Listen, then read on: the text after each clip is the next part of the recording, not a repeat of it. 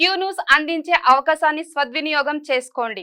సమస్య ఎక్కడున్నా నేనున్నానంటూ ధైర్యంగా ప్రశ్నిస్తూ రాజకీయాల పట్ల అవగాహన కలిగిన అనుభవం గల రంగారెడ్డి హైదరాబాద్ రిపోర్టర్లు కావాలను. సంప్రదించవలసిన నెంబర్లు 8688926084. సుప్రీంకోర్టు పదే 50% రిజర్వేషన్ దాటొద్దు.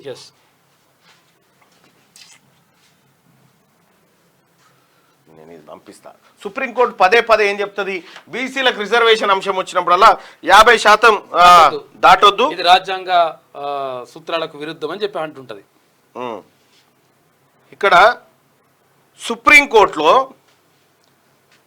50% రిజర్వేషన్ దాటొద్దు అని సుప్రీంకోర్టు అందరికి చెప్తా ఉంది. సుప్రీంకోర్టులో ఎంతమంది జడ్జీలు బీసీలు ఉన్నారు? సుప్రీంకోర్టులో 50% ఈ రిజర్వేషన్లు వద్దా? సుప్రీంకోర్టు ఏమన్నా వేరే సంస్థనా? సుప్రీంకోర్టులో మహిళా కోట ఉండొద్దా? ఎంతమంది మహిళలు ఉన్నారు? సుప్రీంకోర్టులో జడ్జెస్ ఏ క్యాస్ట్కు సంబంధించిన వాళ్ళు, ఏ వర్గానికి సంబంధించిన వాళ్ళు ఈ ప్రజలకు చెప్పరా? మీ కాడ అమలు కానటువంటి న్యాయము మా కాడ అమలు చేయాలని మీరు ఆదేశిస్తారు. ఇది ఎట్లా న్యాయం అవుతుంది? కాబట్టి సుప్రీంకోర్టులో కూడా ఎస్సీ ఎస్టీ బీసీలకు సంబంధించిన రిజర్వ్డ్ పోస్టులు ఉండాలా? అప్పుడు ఓపెన్ కేటగిరీ ఎంత అమలు అవుతుంది ఈ లెక్క ప్రపంచానికి చెప్పి ఇక్కడ 50% మించొద్దు, బీసీల రిజర్వేషన్ 33 నుంచి 27, 27 నుంచి 18. ఎట్లా తగ్గిపోతుంది రిజర్వేషన్?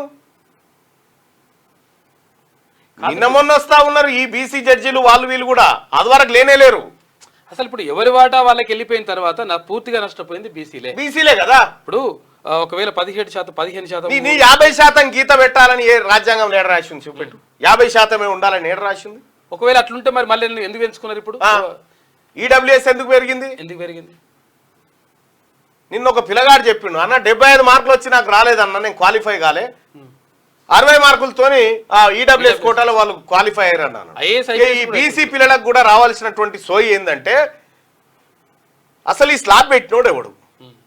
ఈ స్లాబ్ లో నైపుణ్యత ఏమన్నా అంటే 50% క్వాలిటీ ఉండాలంటారు. ఈ క్వాలిటీ ఉన్న వాళ్ళని పంపించే ఎన్ని పథకాలు వచ్చినాయి ఇరా? ఒలింపిక్స్ లో 6. అవి కూడా ఈ తెచ్చిన వాళ్ళ దాంట్లో ఎవ్వడు కూడా లేడు అప్పర్ క్యాస్ట్. మళ్ళా అందుకోసమే దీనిపైన ఈ దేశంలో చర్చ జరగాలి.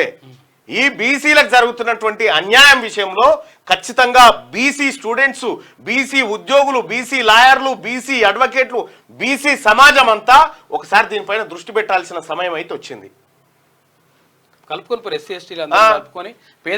సుప్రీంకోర్టులో ఎంతమంది జడ్జీలు బీసీలు ఉన్నారు సుప్రీంకోర్టులో? ఈ చెప్పురు మాకు లెక్క.